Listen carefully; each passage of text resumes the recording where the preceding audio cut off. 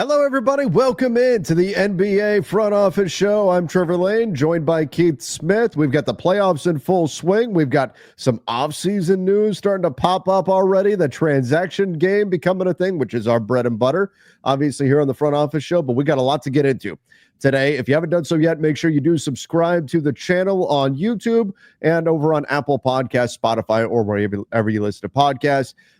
Keith, I guess let's just dive right into the deep end here of the NBA playoffs. I know you put on the show notes here playoff thoughts. So why don't you kick us off? What's your first playoff thought that you want to get into? Yeah, I'm glad we have a couple series that are evened up. That's good. I think we've got a couple that are looking pretty over already. I know the old adage is that playoff series doesn't start till someone wins on the road and all that. So we'll see what it looks like as these series shift. But I don't know. I have a feeling Boston, Cleveland, and Oklahoma City are pretty well feeling like they're moving forward. Everything else, yeah, we'll see where it goes. Indiana, I just don't want to count out the Bucks, even though the Pacers have played great. And then everything else feels like it's very much deservedly 1-1 with the way they've played out. So, yeah, I'm really excited. I think we still have a chance at seeing some good long series in the first round. Yeah, I think we've seen some very close series. Warriors Rockets has been close. Denver. So far, the jewel of the NBA playoffs has been Denver Clippers. Which is why they put him on NBA TV at 10 p.m. Yeah, that's what I was going to ask you. What the hell? Yeah. Like, what are we thinking? I saw it too, a tweet. I don't know how accurate this is because I just saw somebody retweeting this, but saying that TNT opted to not show that game. Do you know anything about that? Like, I don't know. Like, usually that is bizarre. How it picks. Usually they go through and they kind of pick, what ones they want to do. And I mean, let's be positive and say good for the Thunder for getting some shine with a national TV game. But the way the first two games have gone in that series, there's a good chance it'll be another blowout. Now, this is probably Memphis's best chance to get one. We always say that when you're down 2-0, you're going home, you're going to have the crowd.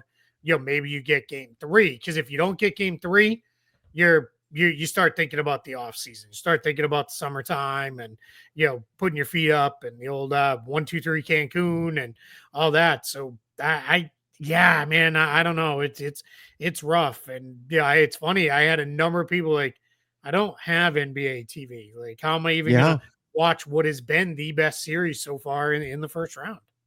Keith, I mean, we've spent a lot of time over the years talking about the way that we consume basketball now and why so many people wind up resorting to like illegal streams and stuff like that. It's nonsense like this. Like, make the games available, make them accessible so that people can watch these great series that are going on. Nothing against the Memphis. Maybe game 3 is their best chance to get a win, but I'll tell you this. My wife was looking around at different playoff ticket prices. This was last night. And she's looking around all the different pricing and stuff. She was just curious and poking around and stuff. And she goes, wow, this Grizzlies game you can get into really cheap. And I said, what? She doesn't know the schedule of the playoffs or any of that. She hasn't been following it that closely, right? And she goes, it's this afternoon game on Saturday. I'm like, oh, that's game 4. She goes, yeah, the prices have dropped a bunch for that game. I go, yeah, because everybody's expecting the Grizzlies to get eliminated in that game. That's where that series is at, to the point where tickets to game 4 of that game are already dropping because people are anticipating the Thunder winning game 3. Yeah, and I'm not surprised. It's funny. So we're mapping out our weekend. We're coming to the end of the regular season for soccer, and I was looking at it and I said, I might actually bail out on a the early playoff games and go to our daughter's game to watch, because it's the first one is Cavs Heat. Who knows? And then the second one, Thunder Grizzlies. I don't think I'm going to miss much there either. And I was like, I can always monitor it from my phone and watch in the car. And I always end up doing a watch later anyway, because if I'm going to write about the games, I want to see some stuff. So I was like, yeah, I might call it and just skip a couple, which is kind of rare-ish. I don't usually like to skip and miss playoff games, but yeah, those series just seem like they're kind of over with. But yeah, so Nuggets Clippers, find it however you can find it, because I don't think you want to miss that one. No. Game 3 in LA should be a lot of fun. Yeah, it's been a great series. They've all been close. Both games have been close. We haven't had overtime. Yeah, I'm excited for Game 3 of that one. A lot, I think, to look forward to these other series. Yeah, you're kind of just waiting for these ones. Like okay, Memphis is going to go home, Orlando's going to go home, right? The Heat went out. They made a little bit of a run, but the Heat Sure. ultimately the Cavs. Donovan Mitchell made some big plays late, and they wound up winning that one. And then we'll get into more of just focus on the more hotly contested series, and hopefully that means more national TV time for these series that we really do want to see. Yeah, absolutely. And it just gets tough too when there's three in one night because there's always that overlap. It's Mhm. good if one of them goes sideways and is bad because then you can flip to it. But if it's not, then it just gets to be a little like, oh man, like now I got to kind of second screen this and I'm trying to keep Mhm. up with two, where at least on the weekends they're all spread out and in their own viewing window. But first world problems, no Yeah, one there we really go. cares all that much. There we go. All right, let's jump into some of our news here. Uh, Joe Dumars, non-committal on Zion. This feels like when you've got a new decision maker coming in here, maybe as available as Williamson has ever been. Um, we still don't know what the Pelicans are going to do, but there's been rumblings that ownership wants to really look at potentially moving him. How much of this just depends on like if the Pelicans get the number one pick, is that like okay, Cooper Flag's our next guy? See ya, Zion, or how do you see all this playing out? Yeah, I think what's really interesting, right? If you get Cooper Flag, you that's just an injection of energy and excitement into the fan base. Yeah. And there's some overlap in position there. I think you could play both of them together very easily, but I think you could very easily sell, hey, we're gonna move Zion, we're gonna say, all right, we gave it the best shot we could. It's been 6 years, hasn't gone the way we wanted, and we're going to move on and we're going to go in a different direction with a team led by Cooper Flag, and off we go. If you don't get the number one pick, it becomes that much harder to make a move like that just because then you're kind of all right, we really ready to do this, but it seems like some of the off court stuff is starting to pop up a little bit more with them being ready. We talked already about the nature of the contract, where the new team would assume all those non guarantees Hmm. and the like moving forward. So this is a chance if you're another team, you don't get a talent like this comes available very often, and the only reason he would be is because he is somebody who has really struggled throughout this point. So, you probably would want to go that direction. So, yeah, I think we're in a spot where I think we might see him get moved and then we just kind of move forward from there. Yeah. If he does get moved, very hard for me to gauge what the return would be. Certainly not Sure. what it would have been, say, draft night when Zion was being drafted, right? But what would you expect if you're the Pelicans in a return for Zion Williamson, just given how much risk is baked in here? Yeah, if you're moving Zion, I think you're kind of committing a little bit to starting over to Yeah. some extent. Hey, and it sounds weird because you never really got fully started in the first place. They've had a couple non losing seasons and a couple playoff appearances, but you're starting over. So I think what I would be looking at is, all right, well, I want a first round pick for him, just because that's when he plays, that's what his talent level is well beyond that. So I need at least one first. And then the way you could maybe get a second first, if it's all right, you're going to take on 39.5 million in salary. All right, we'll take on 40 from you in salary. Maybe you don't want, then that's how you get a second first out of it. And you just kind of Mhm. rebalance a little bit that way. And that's how you go forward. And there's a chance maybe that player's not completely dead salary where it's like, well, this guy can't play at all. You get somebody in semi helpful, and Sure. then you just move forward with no more Zion. Now we get this guy, we get some draft capital, and we go forward. They're not going to get the monster haul return just because even with the protections, if you're the other team, you can't you can't feel good about the idea of well, we don't we how do I put it? You don't want to kind of go into a position where it is man, we gave up everything to get Zion, and then you're now dealing with everything the Pelicans have dealt with. So that's Right. not going to come away, but you can at least do all right, I think, in a trade for him. Keith, let me tell you my potentially terrifying destination for Zion, and I hate myself for even thinking it. But what about that Harrison Barnes contract? Maybe Sure. a little Keldon Johnson, and next thing you know, we're talking about a Zion Wemby pairing in San Antonio Yeah. Along with Castle and maybe and De'Aaron they've got Fox. some extra picks, right? Because they've Uh huh. got extra picks coming their way Exactly. still. So yeah, that would be one. I thought about, I mean, they wash out earlier than we think. Why not OKC? Mm-hmm. You've got enough depth of talent to say, all right, hey, if you can only make it 45, 50 games, guess what? As long as they're the 45 or right 50 games, we're good. Like we don't really, we're not going to worry too much about that. And if it goes sideways, all right, fine.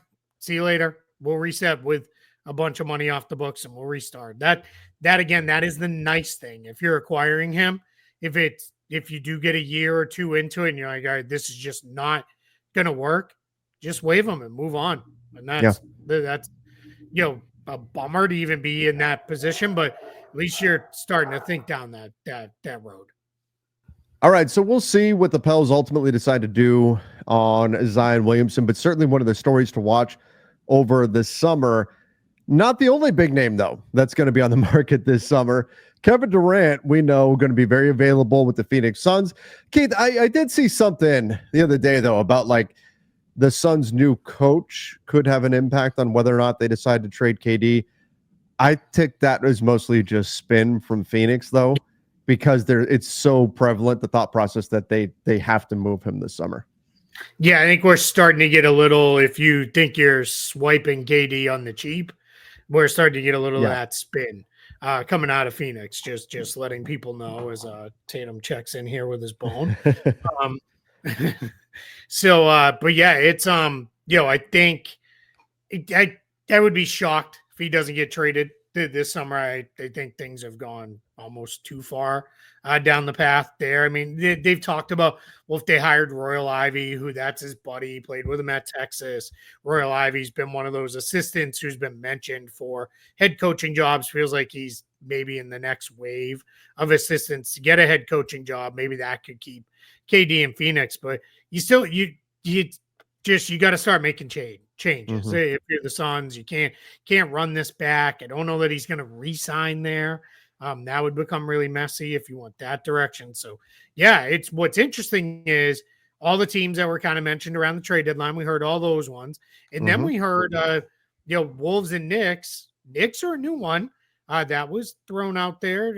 If those teams both, it's depending on how the playoffs go. Which obviously that if the Knicks get upset by the Pistons or if the Wolves falter and fall apart here against the Lakers and it's they got their one win and they lose 4 in a row. Now the Wolves had interest at the trade deadline though as well. Right. It's still going to be really hard for the Wolves to get him. That's going to have to be some kind of 3-team trade. And here's Sean Marks, right? Like, hey guys, I'm here. Don't lose my number. Let me know if you need me to take on a deal or two in a trade. So yeah, it's going to be something.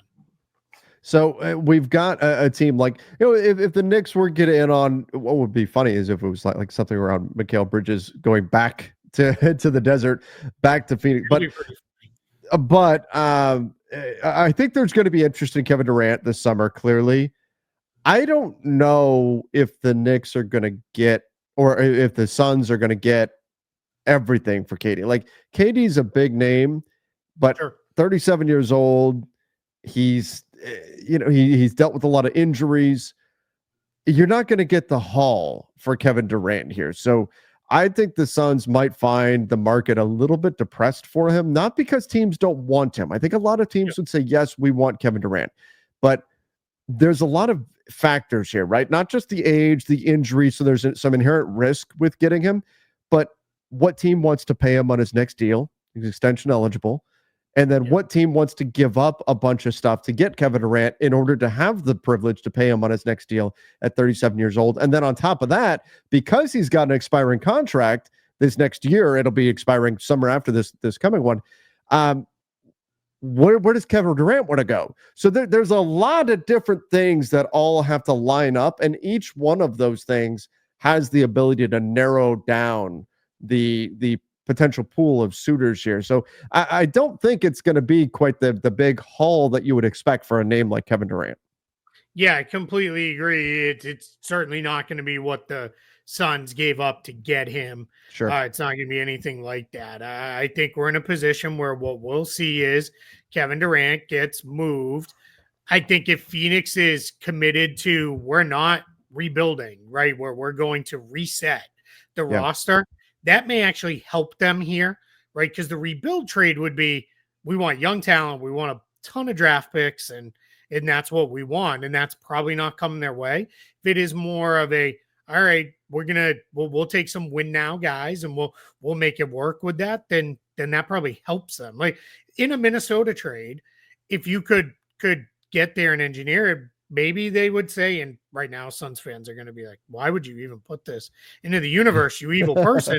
But if they're like, we'll take Julius Randle, right? That's one of the primary salary matching components. We'll take him on and throw in, I don't know who else to toss in there, but as the other salary matching piece, and off we go. That could be where we see this happen with the Suns, because that's more of the realistic return if you're looking to win. And like you said with the Knicks, yeah, it could be, all right, this isn't working the way we want. Mikal Bridges or OG Anunoby could be available. Maybe Mitchell Robinson gets thrown in a deal. And again, not the mega haul rebuild return, but they don't seem to be looking for that. So that would give them those opportunity to get guys who could come in and help them as the presumably win now players. Yeah. Yeah, exactly. Before we move off, just because you have the roster up, I'm going to guess almost of the guys on the screen, I'm going to guess almost half of them are not there next year. Oh, I think there's a really, really good. I mean, guys like Mason Plumlee, Vasily Micic, those ones are a little easier. They're going to make major changes. Yeah, Durant's going to go. I feel like they could move Grayson Allen. Maybe Royce O'Neal gets moved. Cody Martin, we'll see. It just feels like this is a really, let's reset this roster. Probably not getting out of the Beal contract yet, so we'll work around Beal and Booker and figure it out. They're going to work around Beal, and they're going to be putting scorpions in Bradley Beal's locker, stuff like they're going to do everything they can to make life uncomfortable. Hey, what do you think about waiving that no trade clause? No? Yeah. Okay. How about now? They're going to be doing everything they can to make things uncomfortable on Bradley Beal. Scorpions in Utah, let's go. Yeah, that's right. That's right. Exactly. So I guess the last thing on the Suns, Keith, did you see? I mean, obviously, you had that presser, but Matt Ishbia's comments, like, why throw out there that we're going to win multiple championships? Yeah, that just like stop setting that. Like, I get it, you're confident and all that, and you want to express confidence. That's fine, but man, like, don't. Now is not the time for that false bravado from Finn. You just had a season from hell. Now is not the time to start talking about winning multiple championships. Yeah, but Matt Ishbia and Nico Harrison are like the living embodiment of the Darren Ravel tweet, where it's like, I feel terrible for our country, but this is tremendous content. Like I feel terrible for these cities and their basketball fans, but man, this is tremendous content. And you don't want to be the living embodiment of that tweet at all. Oh God, I'm not going to go back into Nico Harrison and all the things that were said there. We might a little bit, but it'll be a brief mention. Okay. All right. Here in a couple topics. All right. Let's go here. NBA execs wonder about Giannis's future. Keith, so much of what we're talking about, though, it's playoff dependent, right? The Bucks, they get bounced early. Okay, what does that mean for Giannis? If the Knicks get bounced early, might they be interested in Kevin Durant? Same thing. The Houston Rockets, if they get bounced early, might that change their opinion on going after KD, right? A lot of this is playoff dependent. But right now, and we didn't talk about them when we talked about our playoff thoughts, to be honest, I was not super into the Bucks Pacers series, and we talked about that on the preview. I know a lot of people were. I wasn't super excited about the series, but I also wasn't expecting this. I think the Pacers just look like the better team. I thought that Giannis was enough to where even without Dame, or even a Dame that's trying to come back and all that kind of stuff, that the Bucks would be able to keep it close, would be able to be a real test for the Pacers. I know it's been 2 Pacers home games, and you mentioned it. The series doesn't start till somebody wins on their opponent's floor and all of that. But it just looks like the Pacers are better than the Bucks. And when I look at the Bucks roster, I don't know how they get better this summer. I think we're headed towards 3 consecutive first-round exits. Yeah, it's bleeding into our next topic a little bit, but they Uh-huh. extended John Horst Yes. today. They gave him an extension. That's the Bucks. I'm gonna say GM, and we'll just use the term GM because that's the one everybody knows. They all have Right. these titles now. There's Vice president of basketball vice operations and all that. presidents of whatever. I think there's 7 different titles that lead decision makers have across the league now. But whatever, he's their GM. He's the guy who makes the decisions in the front office. So he got extended. He does not have an easy job, one way or another. Either it is I have to rebuild this roster to some extent around Giannis and Dame, or I have to find a trade for Giannis that is a home run trade. Now, we've heard the Nets. Brooklyn media has reported at least 5 times in this season that the Nets' plan is to try and get Giannis. Like they just kind of keep firing back with that's their ultimate dream, is they want Giannis. Giannis himself, as we talked about it before, has made a lot of weird comments on his own future multiple times of, well, maybe I'll get traded, and all these things. It does feel like if the Pacers bounce them, let's say it's 4 or 5 games, even let's say it's 6, but the losses aren't all that competitive, which it was. The second one was, the first one wasn't. Second one, though, a little misleading because the Bucks went on a run and then Indiana took control back. But if you're out, yeah, I mean, it's just going to start a circus. Really could be as soon as a week from now of Giannis stuff until it isn't. And that's the thing. He's under a long-term contract. He's not going anywhere for a while. So the Bucks really kind of have control here, but it's a superstar, so you're not just going to move him. Mm-hmm. Then if you move Giannis, then you're like, all right, let's open the bidding for Damian Lillard because we're probably not getting a good enough return to be very good. So let's start all over. And if you keep him, well, you have the salary sheet up if you're watching on YouTube. If you're not, pull up their salary sheet on Spot Track. Brook Lopez is a free agent. If he comes back, it's probably going to be roughly half, I'm guessing, of what he made this year. Bobby Portis has an option.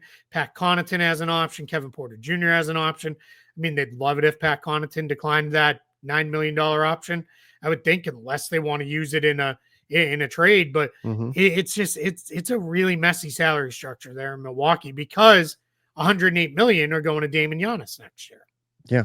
And you looked at, this has been an expensive team for a long time.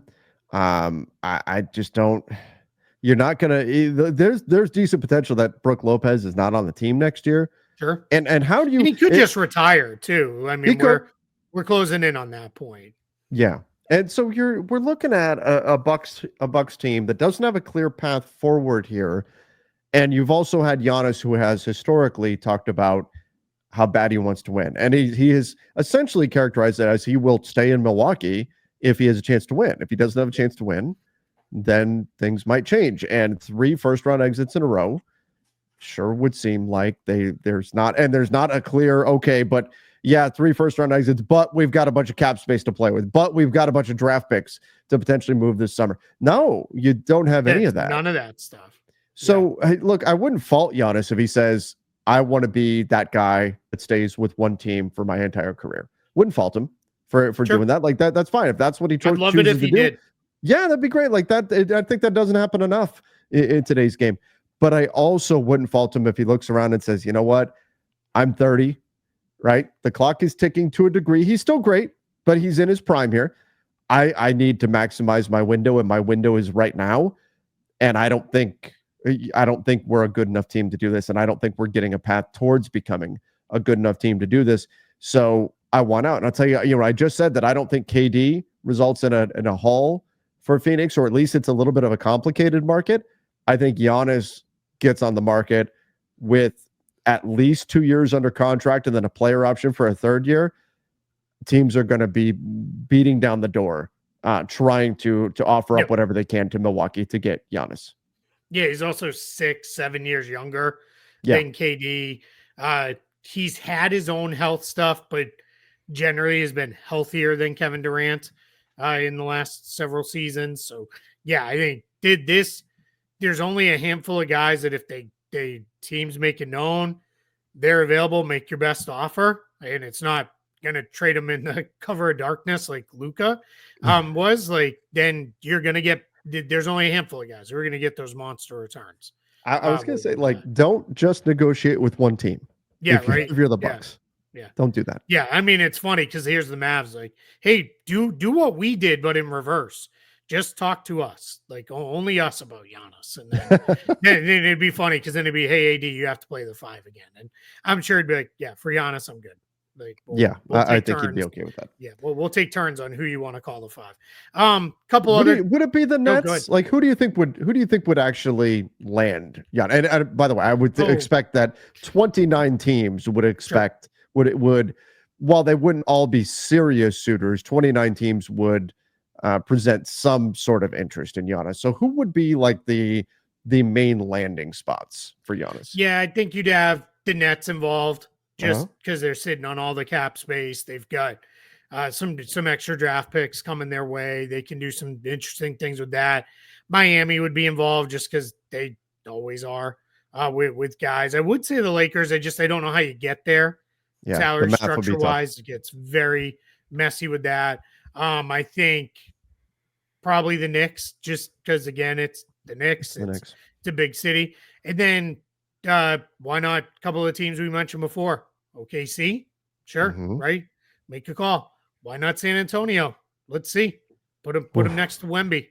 Like, good luck scoring. Like, we're talking about Zion and Giannis, so putting all these pieces next to San. I mean, it goes to show how the great situation the Spurs are in right now. Yeah, you could even see maybe a team if they, let's say, like a team jumps up in the lottery and gets Cooper Flag. Maybe they're the team that's like, all right, let's try to be good right away. Maybe they feel that strong and we make a play for Giannis. Houston could really make a play for Giannis. I was just going to say Houston. Yeah. Right. Now that's a little bit different because they've been very clear, like, we're not going to go all in yet, but I mean, it's Giannis, right? So like that's a different story than a 37-year-old. Let's say we're in a pretend world where Houston gets the number 1 pick. The Suns pick ends up being number 1. Would you swap that pick for Giannis? No. You wouldn't. Even though it's Giannis. Well, if Houston got it. Right? And like Houston, they're a good team already. Yeah, that's the probably yes. Yeah, actually, yes, I would. If I was Houston, I would just because over the last 30 seconds, you talked yourself into it. I answered before fully thinking about anybody. Like I was in the headspace of should anybody do it? Like if Washington got it, like no, like no, of course not. You're not close enough. But yeah, Houston's close. Yeah, I would do it. Especially too, if I'm giving you that number 1 pick in the Cooper Flag draft, I don't have to give you all that much else. No, like that's it. That's what you're getting. I mean, you could use I guess Fred VanVleet for salary matching, maybe. Yeah, just because you'd have to get there math wise. Yeah, you could do. I don't know. You could do some weird stuff there too. Yeah, you could get there a number of different ways. But yeah, I would. Yeah, 100%. If I'm Houston, yeah. Now thinking it all the way through, yeah, just because they're that close already. Like, that would be the situation where you would do it. Is if it's like a Houston or somebody. If it's like if the Spurs were to, heaven help us get the number 1 pick. If I'm the Spurs, I just keep Cooper Flag and take build Cooper, pair him with Wemby, and and we're set for the next decade. And exactly. Yep. A couple other GM things. The Suns search seems to be right now, according to multiple reports, Mark Stein, Jake Fisher, a couple others, really maybe looking at Bob Myers. Bob Myers apparently has let it be known he doesn't really want to leave Southern California. He lives in LA. But as they pointed out, LA to Phoenix is not that bad. If you're doing that as a GM, you have a little bit more time where you can kind of hop back over that way. So we'll see if that one goes down. The Hawks, maybe looking at Elton Brand. That one I'm a little, let's cast a bit of a wider net, but they also said Tony Ressler, Hawks primary governor, says he's willing to pay for like top tier GM talent, which is really good news if you're the Hawks, because Hawks fans, because they haven't always invested that heavily in the non-basketball playing positions. So that would be pretty big. Quinn Snyder was a pretty good investment for them as a coach. So yeah, that would be good with that one. I didn't put them all on the list, but Tim Connolly, again, reporting from Stein and Fisher, was the expectation around the league is that now that Laurie and Rodriguez are going to own the team, probably will do an extension or a new deal with Minnesota and stay. But if not, the Suns could look at him, the Hawks could look at him, and maybe the Nuggets, which is where he left previous, which that'd be kind of an interesting twist of fate there if that was the way it went down. So I think, really interesting stuff going on. It's a lot of front office turnover, all in one season, with some being a little bit of a weird spot. And then this is the one where I kind of teased we're going to come back to Dallas. We're not going to do a ton on this, but Patrick Dumont has let it be known he may want to bring in somebody to kind of work with Nico Harrison, maybe even above Nico Harrison in the organization. Yeah. And, that's, that could be a way to get Nico Harrison to be like, bye, I'm done. See you later. And I'm leaving because why do I want to be number two? So we'll see. And then out of New Orleans, Joe Dumars' first front office hire, at least his first high profile one, Troy Weaver, who had been working as special assistant in Washington. So yeah, we'll see where that goes. He got the GM title, but it's clear Dumars is the lead guy there. Right. Again, why I wish it was uniform, Keith, where everybody just call it the same. Call it. And it used to the easiest thing sports wise would be just call it the GM, the general manager. But now we've got so many, vice president of basketball operations, president of basketball operations, grand czar of the hardwood, whatever the terminology is. I wish we could just make it all standard, but it's really who's the main decision maker in the front office is what we're trying to figure out. Yeah, absolutely. And that's, I always go by, it's on, if you go to Basketball Reference and you pull up a team page, there's executive is what they list. And whoever they list, that's like the main guy. Like that's who makes the final decision prior to taking it to ownership of, yes, we're going to do this. No, we're not, or whatever it may be. Right. Okay. Finish up with this draft declarations. The draft is it's creeping. I can't believe April is almost done here, but we are inching closer to the NBA draft. Yeah, absolutely. And a couple guys that we expected to come out have. Ace Bailey has now declared. Drake Powell of North Carolina has now declared. Most of the guys that are considered to be first round locks have declared at this point. So we're just kind of keeping tabs on it a little bit. We're going to do more on the draft later. We'll do that when the playoffs slow down and we're kind of down to, less teams, less games to focus on. We'll do more draft stuff. I read your comments, guys. I see them. I know people are asking, people want to see more draft. They ask on social media, get the occasional email about it, and then in the show comments on YouTube as well. So we will do more draft stuff. We'll try to have some draft people on as well. But I have also spent a ton of time on this particular draft class. I had a leg up because there's 4 kids from Montverde Academy that are probably going to go near the lottery or in the lottery. And so I had a leg up on them. And I was like, all right, well, if I know these 4 pretty well, let me get into the rest of them. So I'm really excited. I can speak more knowledgeably earlier in the process. I'm not going to be cramming into late May, early June. But a couple dates just to keep in mind. April 26th. So that's this weekend. That's this Saturday. That's the deadline to declare as an early entry candidate for the draft. So that's college players, that's international players. You have to declare by this Saturday if you're going to be in the draft list. Usually by Monday or Tuesday, the NBA then submits or releases, here's the players who declared. It's often that list is a couple hundred names long. Some of them they're just going through the process. But then you get a window of about a month before the NCAA's withdrawal deadline is May 28th. That's about 2.5 weeks after the draft lottery happens. So players can kind of go through the draft process. Remember, the lottery comes on the heels of the draft combine. So that's where now guys have to attend the combine unless they're given pre-approval by the NBA to not go. And they have to meet with teams and do medicals. You can't withhold stuff from teams anymore the way you used to be able to play games. So May 28th, the NCAA withdrawal deadline. The NBA's withdrawal deadline comes about 2 weeks after that on June 15th. That's 10 days out from the draft itself, which is on June 25th. So I know this is like all stuff, but this all happens within 2 months. The draft is 2 months from tomorrow.